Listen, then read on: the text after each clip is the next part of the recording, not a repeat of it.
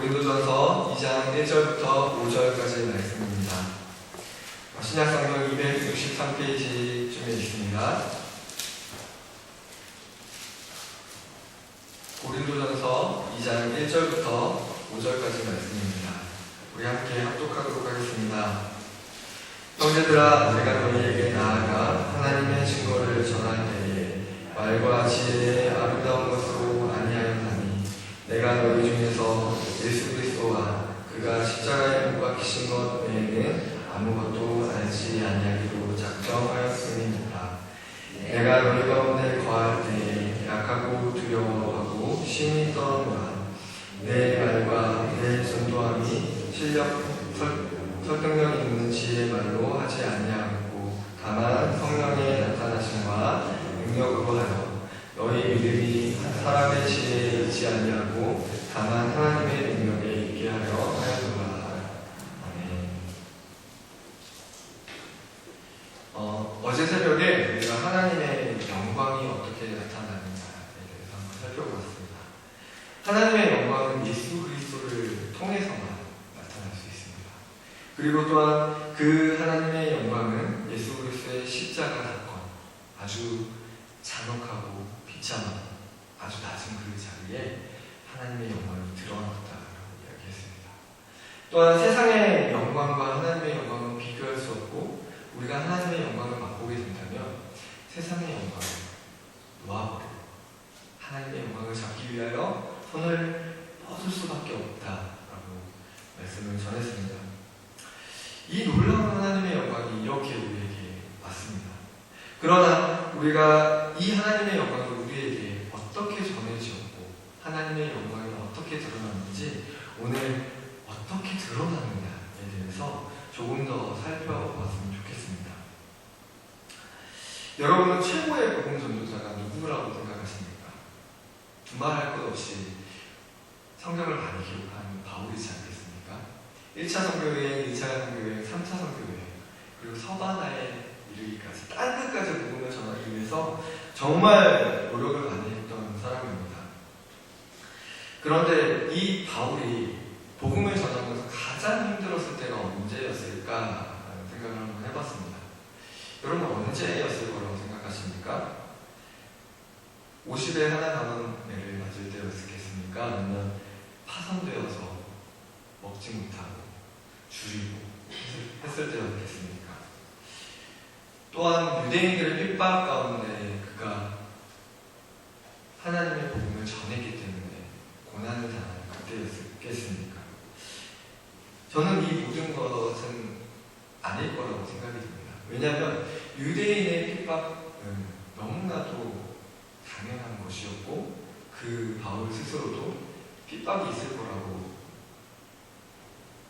알고 나갔던 길이기 때문입니다.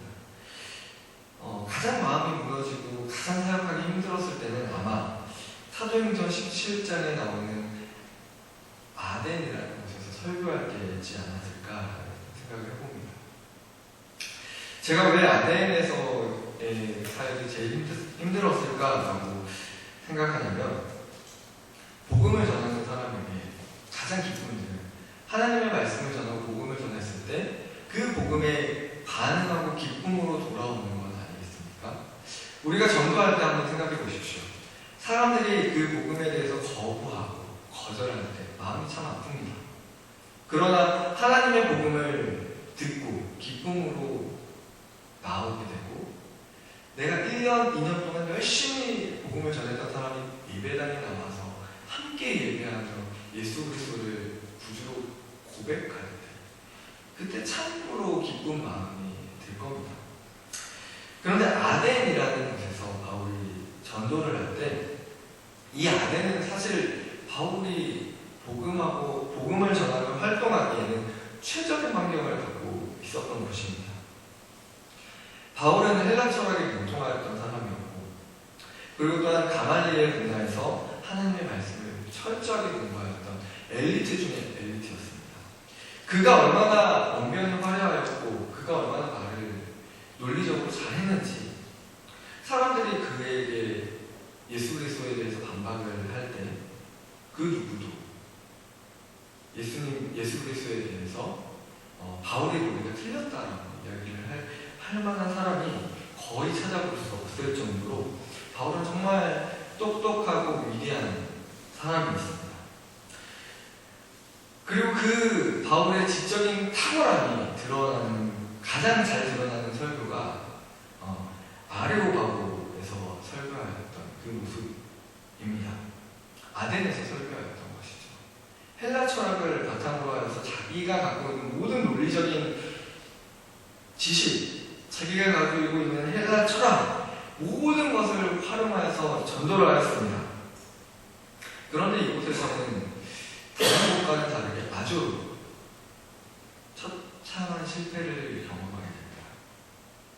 대부분의 사람들이 저 말쟁이가 무엇을 하고 무슨 이야기를 전하는지 한번 들어보자. 또 무슨 이야기를 하는지 들어보자. 논쟁을 하기 위해서 왔습니다. 그러나 바울이 갑자기 부활, 죽은 자가 살아났다라는 이야기를 할 때에 많은 이들이 조롱하며 그 자리를 박차고 떠나버립니다. 하지만 그곳에서 열매는 있었습니다. 몇몇 사람들만이 바울의 말에 관심을 기울이고 더 듣겠다라고 하며 찾아왔습니다. 여러분, 바울의 마음은 얼마나 무거웠겠습니까? 아덴이라는 곳에 갔습니다. 우산을 막 보면서 정말 너무나도 불타는 마음에, 그리고 자신이 가지고 있는 불타는 논리를 가지고 자기가 가지고 있는 모든 철학적인 지식을 동원하면서, 그 사람들은 너무나도 철학적으로 똑똑한 사람들이었기 때문에 자기가 가진 모든 지혜로 속 시원하게 하나님의 말씀을 전했습니다. 그러나 그 결과는 실패였습니다. 자괴감이 찾아왔을 것입니다. 실패감에 얽매였을 것입니다. 이것이 우리가 복음을 전할 때 가장 빠지기 쉬운 함정인 것 같습니다. 아름다운 말, 화려한 언변, 논리적인 체계, 그리고 복음을 전하기 위해서 상대방에게 무조건적으로 베풀어야 하는 친절. 사실 그것은 복음의 본질은 아닙니다. 우리가 괜히 상대방을 사랑하기 때문에 축복의 말을 해줄 수 있고, 상대방을 사랑하기 때문에 논리적인 체계를 사용할 수 있고, 상대방을 사랑하기 때문에 칭찬의 말, 그리고 참아주며 그 사람이 하나님 앞에 돌아올 때까지 인내할 수 있습니다. 그러나 본질은 무엇입니까? 본질은 예수 그리스도의 사랑을 그 사람이 알아야 된다는 것이죠. 바울은 이 철저한 실패의 경험을 마음 깊숙이 새겼던 것 같습니다. 오늘 본문으로 읽은 고린도전서 2장 1절에 보니까, 형제들아, 내가 너희에게 나아가 하나님의 증거를 전할 때에 말과 지혜의 아름다운 것으로 아니하였나니. 바울은 이제 복음을 전하는데 원리 원칙을 세운 것입니다. 하나님을 증거할 때 말과 지혜의 아름다운 것으로 하지 않겠다. 그리고 2절에는 더욱더 심오한 이야기를 합니다. 내가 너희 중에서 예수 그리스도와 그가 십자가에 못 박히신 것 외에는 아무것도 알지 아니하기로 작정하였다. 바울은 그 복음을 전하는 상대방에게 예수 그리스도, 그가 십자가에 죽으신 것 외에는 알지 않겠다, 그에게 전하지 않겠다라고 결심을 한 겁니다. 바울이 복음을 전하는 원리 원칙 중에 하나는 아름다운 말, 화려한 언변이 아닌 예수 그리스도가 십자가에 죽으신 그 사건만을 그에게 전달하겠다 라고 이야기한 것입니다. 또한 그는 얼마나 많은 지역을 돌아다니면서 전도를 했습니까? 선교를 하였습니까? 예수 그리스도에 대한 복음을 전했습니까? 그러나 고린도 교회에 갔을 때 그가 어떤 마음으로 복음을 전했는지 2장 3절에는 너무나도 명확하게 드러납니다. 그가 약하고 두려워함을 심히 떨었습니다. 그가 얼마나 많은 사람들을 상대하며 얼마나 많은 복음을 전했겠습니까? 얼마나 수십 차례, 아니 수백 차례 하나님을 증거하였겠습니까? 예수 그리스도의 십자가를 드러냈겠습니까? 그러나 바울은 이렇게 고백합니다. 아주 베테랑인 바울은 이렇게 고백합니다. 내가 너희 가운데 거할 때에 약하고 두려워하고 심히 떨었노라. 심히 떨었어요. 하나님을 전하기 위해, 예수 그리스도를 전하기 위해서 두려워하며 심히 떨었습니다. 그가 그 두렵고 떨리는 마음을 어떻게 전도하였습니까? 전도함이 설득력 있는 지혜의 말로 하지 않고 오직 성령을 의지하여 하나님을 전하고 예수 그리스도의 십자가를 전하는 것입니다. 그가 십자가를 그렇게 전하고 하나님의 능력, 성령을 의지하며 사람의 말로, 아름다운 말로 그를 설득하려고 하지 않았던 이유는 믿음이 사람의 지혜에 있지 아니하고 하나님의 능력에 있게 하기 위해서였습니다. 그것이 진짜 믿음이었기 때문입니다. 여러분, 한번 우리가 생각해 봤으면 좋겠습니다. 나는 예수 그리스도를 어떻게 믿게 되었는가? 여러분은 예수 그리스도를 믿게 되신 계기가 무엇입니까? 누군가 열심히 나에게 와서 전도를 했기 때문에 믿으셨습니까? 아니면 예수님을 믿는다면 복을 받아서 건강해지고 물질이 많아지고 명성도 얻게 되고 부해진다. 그래서 믿으셨습니까? 그래서 실제로 믿었더니 내가 건강해지고 부해지고 명예로워졌습니까? 내가 예수 그리스도를 믿게 된 근본적인 이유가 무엇입니까? 저는 예수 그리스도를 믿게 된 이유가 예수님을 알았기 때문입니다. 제 개인적으로. 여러분은 어떠십니까? 그렇지 않으십니까? 예수님을 알았기 때문에, 알게 되었기 때문에, 예수 그리스도의 십자가의 의미를 깨닫고 예수 그리스도를 인격적으로 만났기 때문에 내가 예수님을 믿겠다라고 고백한 건 아니시겠습니까? 저는 이것을 하나님의 영광, 예수 그리스도를 통해 나타난 하나님의 영광을 보았기 때문에 우리가 예수님을 믿게 되었다 말하고 싶습니다. 맞습니다. 실제적으로 우리가 예수 그리스도를 통해 나타난 하나님의 영광, 그 십자가에 나타난 그 낮은 자리에 나타난 하나님의 영광을 보았기 때문에 예수 그리스도를 구주로 믿고 예수 그리스도의 십자가가 나에게 의미 있는 사건으로 다가오게 된 것입니다. 그러나 그 예수 그리스도가 십자가에 죽으신, 그리고 그를 통해서 하나님의 영광이 나타난 것, 그리고 예수 그리스도를 인격적으로 만나게 된 근본적인 이유, 내가 예수님을 알게 된 이유는 바로 예수님이 하신 일이 기록되어 있는 성경, 하나님이 우리를 사랑하여서 하신 일이 기록되어 있는 바로 성경을 통해서, 성경의 말씀을 통해서 우리가 예수 그리스도가 정말 구주시다, 성경의 말씀을 통하여 예수님께서 십자가에 죽으시고 부활하셨구나를 깨닫게 된 것입니다. 오직 말씀은 예수 그리스도가 하나님이 보내신 구원자, 하나님이 나타나신 그 영광이 예수 그리스도에게 있다라는 사실을 우리가 말씀 외에는 발견할 수가 없습니다. 사도행전 4장 12절에 이렇게 고백합니다. 다른 이로서는 구원을 받을 수 없나니 천하의 사람 중에 구원을 받을 만한 다른 이름을 우리에게 주신 일이 없느니라 하였더라. 아멘. 내가 예수 그리스도를 믿게 된 계기가 예수님이 누구신지 말씀을 통해서 알았고, 예수님을 통해서 드러난 하나님의 영광 발견했기 때문입니다. 그렇다면 이 땅 가운데 하나님의 영광은 어떻게 전해지는 걸까요? 내가 예수님을 아는 것과 동일하게 전해지는 것이 아니겠습니까? 하나님의 영광은 오직 예수 그리스도를 통해서 전파됩니다. 하나님의 영광은 오직 예수 그리스도를 통해서 드러납니다. 하나님의 영광은 오직 말씀을 통해서 전파됩니다. 하나님의 영광은 오직 말씀을 통해서 드러나는 것입니다.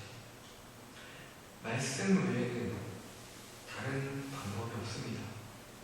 예수 그리스도 외에는 다른 방법이 없습니다. 예수 그리스도가 본질입니다. 우리는 그렇기 때문에 이 본질이신 예수 그리스도를 전해야 하는 것이죠. 하나님의 영광이 예수 그리스도를 통해서 드러났다면 그 하나님의 영광이 드러난 예수 그리스도를 전하는 것이 하나님의 영광이 전파되는 것입니다.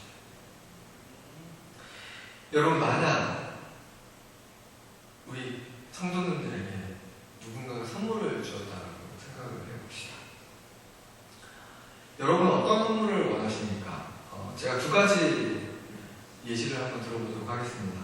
첫 번째는 겉포장이 굉장히 화려합니다. 아주 고급스러운 포장이 되어 있습니다. 그 포장을 자세히 보니까 명품 브랜드 로고가 딱 찍혀있는 겁니다. 그리고 그 상자가 너무 큽니다. 그러면 그 상자를 뜯어보기 전에 어떤 마음을 품게 됩니까? 이곳에는 얼마나 좋은 선물이 들어있을까? 그리고 두근두근거리는 마음으로 탁 포장을 뜯어보죠. 그런데 이게 웬일입니까? 그 상자 안에 양말 한 짝이 들어있습니다. 여러분, 이 선물을 받으셨을 때 기분이 어떠시겠습니까? 그런데 어떤 사람이 선물을 딱 줬는데 그냥 비닐로 막 칭칭칭 감아놓은 겁니다. 아주 볼품없습니다. 그리고 선물을 주는 사람도 그냥 던져놓고 갑니다. 굉장히 기분 나쁠 만한 선물일 수 있습니다. 나를 이렇게밖에 생각하지 않는다. 그런데 그래도 혹시나 궁금해하는 마음에 이제 선물을 풀어보기 시작했습니다. 딱 선물을 딱 풀어봤는데 그곳에 명품백이 들어있는 겁니다. 여러분, 첫 번째 선물이 마음에 드십니까? 두 번째 선물이 마음에 드십니까? 첫 번째 선물이 마음에 드시는 분들 거의 없을 것 같습니다. 두 번째 선물이 마음에 들겠죠. 여러분, 화려한 언변, 또한 상대방에게 신뢰감을 줄 수 있는 태도, 그리고 상대방에게 공손함을 보여주는 것.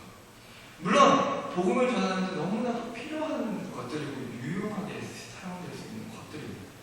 그러나 제가 지금 드리고 있는 말은 그런 것들은 포장지일 뿐이라는 겁니다. 선물을 포장하는 포장지일 뿐입니다. 그러나 그 안에 진짜 받아야 되는 선물은 무엇입니까? 진리의 말씀이신 예수 그리스도 아니겠습니까? 그 예수 그리스도가 전해지는 것이 본질 아니겠습니까? 우리가 그렇다면 하나님의 영광을 전하는데 어떻게 전해야겠습니까? 어떻게 전해야 하나님의 영광을 잘 전할 수 있을까요? 외형적인 것 중요합니다. 그러나 외형적인 것보다 더 중요한 사실은 본질입니다. 내가 만난 예수 그리스도, 내가 알고 있는 예수 그리스도, 하나님의 영광이 드러난 예수 그리스도의 십자가가 전해져야 합니다. 그것이 본질입니다. 포장지는 사실 말하면, 실제로 말하면, 여러분 생일 선물 받았습니다. 그러면 포장지가 예쁘니까 잘 돼서 그것을 2년 3년 보관하십니까? 아닙니다. 선물 받으면 포장지는 그 순간 예쁘게 포장됐네? 뜯어버리고 버립니다. 많은 것입니다. 우리가 받은 선물을 소중하게 보관하는 것이죠. 그렇다면 우리가 예수님을 잘 전하기 위해 하나님의 영광을 전하는 사람들이 되기 위해서는 예수 그리스도를 통하여 보여주신 하나님의 영광을 깊게 경험하여야 합니다. 바울이 위대한 복음 전도자가 될 수 있었던 이유는 예수 그리스도를 통해 드러난 하나님의 영광을 너무나도 찬란한 그 영광, 하나님의 탁월한 하나님의 아름다움을 경험하며 누렸기 때문에, 내가 경험하며 누린 영광이 얼마나 위대한 것인지 깨달았기 때문입니다.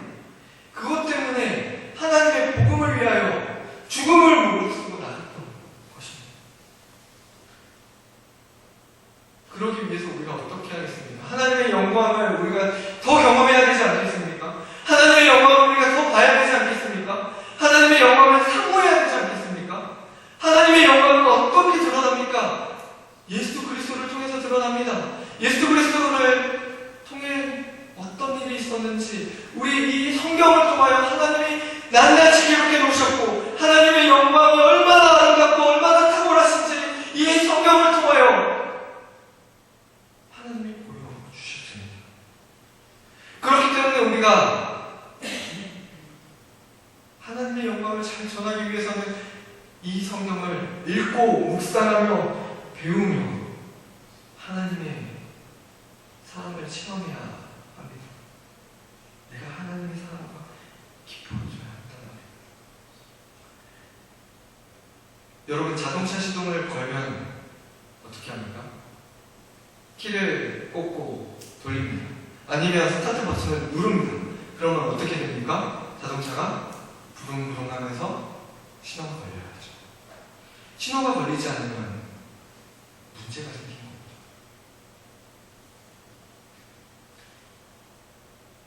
자동차 정비를 맡겨야 되는 것이죠. 문제를 해결해야 합니다. 여러분, 하나님의 영광을 받고 하나님을 알고 하나님의 말씀을 사모하고 하나님의 사랑을 깨닫고 하나님의 영광을 체험했습니다. 그러면 당연히 시동이 걸려요. 당연히 걸려요. 걸리지 않으면 문제가 있는 겁니다. 어딘가 고장나는 겁니다. 고쳐야 되는 겁니다. 하나님의 영광을 경험한 사람이 하나님의 영광을 드러내지 못한다면 어딘가 고장나는 겁니다.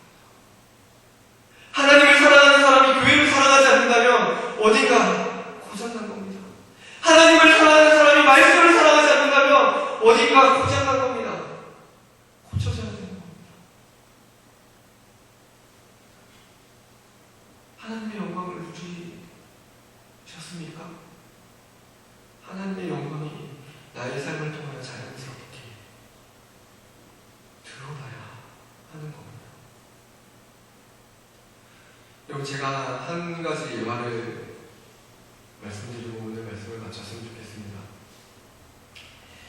호주 시드니의 조지가라는 곳에는 한 사람이 있다고 합니다. 이름도 모르고 그가 몇 살인지도 모르는 한 사람이 있습니다. 그러나 그 사람은 매일같이 같은 장소에서 10명에게 이런 얘기를 한다고 합니다. 실례합니다. 선생님은 구원 받으셨습니까? 만약 오늘 선생님께서 죽는다면 천국에 가실 수 있습니까? 이 사람은 40년이라는 시간 동안 매일 10명에게 이 세 가지 문장을 이야기를 했다고 합니다. 그리고 이 사람이 자신이 노년이 되었을 때 이렇게 고백했습니다. 자신을 통해서 복음을 영접하고 하나님을 믿게 된 사람이 아무도 없다. 내 자신의 삶은 열매 없는 열심이었다 라고 고백했다고 합니다. 그런데 어느 날 영국에 있는 한 침례교 목사님이 교회 예배를 진행하고 있는데 새신자가 들어온 겁니다.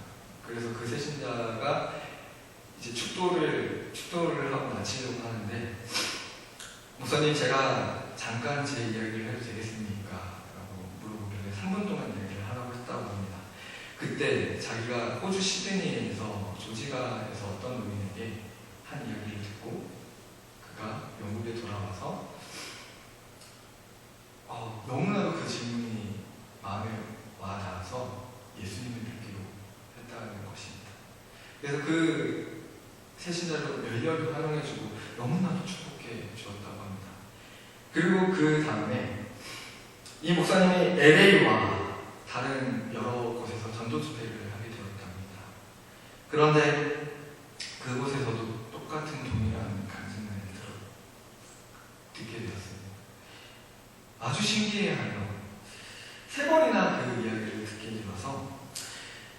자기가 영국에 돌아와서 집회를 하는 동안 제가 놀라운 일을 경험했습니다. 그래서 시드니에 있는 조지가의 복음 전도자에 대한 이야기를 했다고 합니다. 그리고 그 집회가 끝나고 어떤 4명의 노인이 자기를 찾아왔다고 합니다. 그래서 4명의 노인이 자신들도 35년 전에, 15년 전에 호주 시드니의 조지가를 방문하였을 때 그 노인을 만나게 되었고, 그 노인을 통해서 예수 그리스도를 영접하였노라고 이야기를 했다고 합니다. 너무나도 놀라운 일이었습니다. 그래서 이 목사님은 가는 곳곳마다 이 이야기를 했다고 합니다. 미국을 상대로 전도 집회를 하였을 때 동일한 간증들을 듣게 되었고, 인도에 사는 5,000명의 선교사들이 모이는 그 집회를, 5,000명이 모이는 그 집회를 인도하였을 때 3명의 선교사들이 자신도 시드니에서 그를 만나고 복음을 영접하였다, 예수님을 영접하였다라고 했다고 합니다. 그리고 마침내 세계 곳곳을 돌아다니다 보니 시드니에 가게 된 겁니다. 그래서 시드니에서 여러분 혹시 조지가에서 매일같이 전도하시는 한 분을 알고 계십니까? 라고 물어봤더니 회중들이 이렇게 고백했다고 합니다. 프랑크 제너라는 할아버지이신데 이제 나이가 너무 많이 들으셔서 더 이상 하지 않으신다고 합니다. 그래서 그가 사는 아파트를 물어보러 찾아가게 되었고, 그 제너 할아버지를 만났습니다. 그 제너 할아버지에게 자기가 들었던 가정들을 해주셨습니다. 그리고 이 제너 할아버지는 이 만남이 있은 2주 후에 정말 기쁜 마음으로 우리 주님의 품에 안겼다고 합니다. 그리고 이 영국 목사가 3년 동안 이 제너 할아버지가 전했던 복음이 얼마나 강력하게 증거되었는지 알아보았다고 합니다. 3년 동안 이 영국 목사가 자기 자신이 확인한 것만으로 14만 5천 명이 이 복음을 듣고 하나님 앞에 돌아왔다고 합니다. 프랑크 제너 할아버지가 전한 복음은 아름답거나 논리적이지도 않았습니다. 어떤 사람들에게는 아주 불쾌한 질문이었습니다. 오늘 죽는다. 굉장히 기분 나빠했을지도 모릅니다. 그러나 복음의 핵심적인 질문을 하였습니다. 우리가 복음을 전할 때 아름다운 말, 아름다운 옷차림, 신뢰 있는 태도, 공손한 태도, 그것보다 중요한 것이 예수 그리스도입니다. 우리가 하나님의 영광을 맛보면 모세가 하나님의 뒷모습을 보고 얼굴에 광채가 나듯이 우리 삶에 하나님의 영광이 경험되어지고 있다면 우리 삶을 통하여 하나님의 영광이 드러나는 것입니다. 여러분, 복음을 전하려고 애쓰는 것 좋습니다. 그러나 그것보다 먼저 해야 될 것은 내가 하나님의 영광을 깊이 아는 것입니다. 하나님의 영광을 깊이 경험하시며 그 하나님의 영광을 자연스럽게 드러내시는 귀한 성도님들이 되셨으면 좋겠습니다. 우리가 그렇게 살아갑시다. 우리가 그런 삶을 살아갔으면 좋겠습니다. 이 시간에 우리 말씀을 붙잡고 함께 기도하였으면 좋겠습니다. 이 시간에 하나님의 영광을 깊이 경험하게 해주십시오. 어떤 화려한 언변으로 내가 다른 사람들을 설득하려고 하지 않게 해주시고, 내가 만난 하나님을 증거하게 해주십시오. 내가 경험한 하나님의 영광을 드러내게 하여 주십시오. 그리하여 정말 하나님이 기뻐하시는 그런 귀한 성도가 될 수 있도록 인도하여 주십시오. 이 시간에 함께 주여 한번 외치고 자유롭게 기도하다가 우리 돌아갔으면 좋겠습니다. 이 시간에 함께 기도하도록 하겠습니다.